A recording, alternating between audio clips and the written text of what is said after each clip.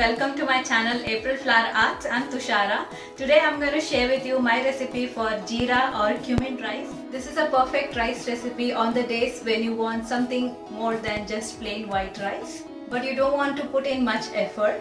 It is also a good dish to make when you are hosting a lunch or dinner because it goes perfectly well with all non-vegetarian curries as well as North Indian style vegetarian curries. So let's see how it is done. These are the ingredients you need. I have taken 1 cup of white rice. You can take any non-sticky variety of rice. Basmati rice is the best option. But I have taken 2 cups of water. And the main ingredient, 1 tablespoon of cumin seeds or jeera, 1 green chili which I have split in the middle, 1 or 2 cloves of garlic, it is optional. I also like to add few whole spices such as a bay leaf, 2 cloves and a small piece of cinnamon. It gives a very nice flavor, and a teaspoon of lemon or lime juice and some coriander leaves or cilantro, a tablespoon of cooking oil and a teaspoon of ghee or clarified butter, it is optional.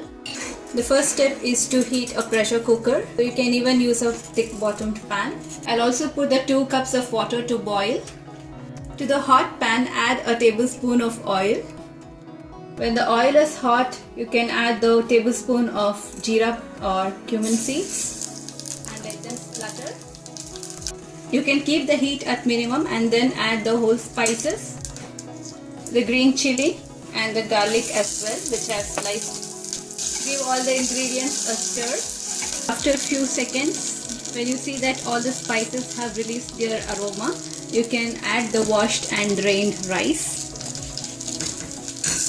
Mix the rice with all the spices very well. Now you can add the boiling water into the rice. You may also add some salt to taste and add about a teaspoon of lemon juice or lime juice. This helps to make the rice very non-sticky. I'll also add the finely chopped coriander leaves and finally a teaspoon of ghee or clarified butter. This is optional, but it makes the rice very non-sticky as well as glossy and also gives a nice flavor. Give it a final mix and then close the cooker, lock the lid and put on the weight as well. I'm gonna cook the rice for about 12 to 15 minutes under low heat, as we have already added the boiling water. Cooking the rice at low heat helps it to cook uniformly as well as absorb all the flavors of the spices and also prevents it from sticking to the bottom of the pan. Don't hear the whistle if you are using the pressure cooker. Alright, the jeera rice was cooking for exactly 15 minutes and I switched off the stove and allowed the cooker to cool down a bit. Now let's see how it looks. This is how it looks. I'm getting a nice aroma of toasted cumin seeds as well as other spices as well. You can just give it a stir and mix all the spices and jeera uniformly. So this is how I have served the jeera rice. You can garnish it with some fresh coriander leaves. I'm going to serve it with some mixed vegetable curry and some yogurt salad.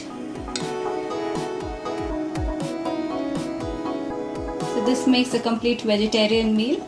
You can also serve it with non-vegetarian curries as well. If you like this recipe for quick and easy jeera rice, please hit the like button. Subscribe to my channel if you already haven't. Until next time, it's bye from me. Thanks for watching.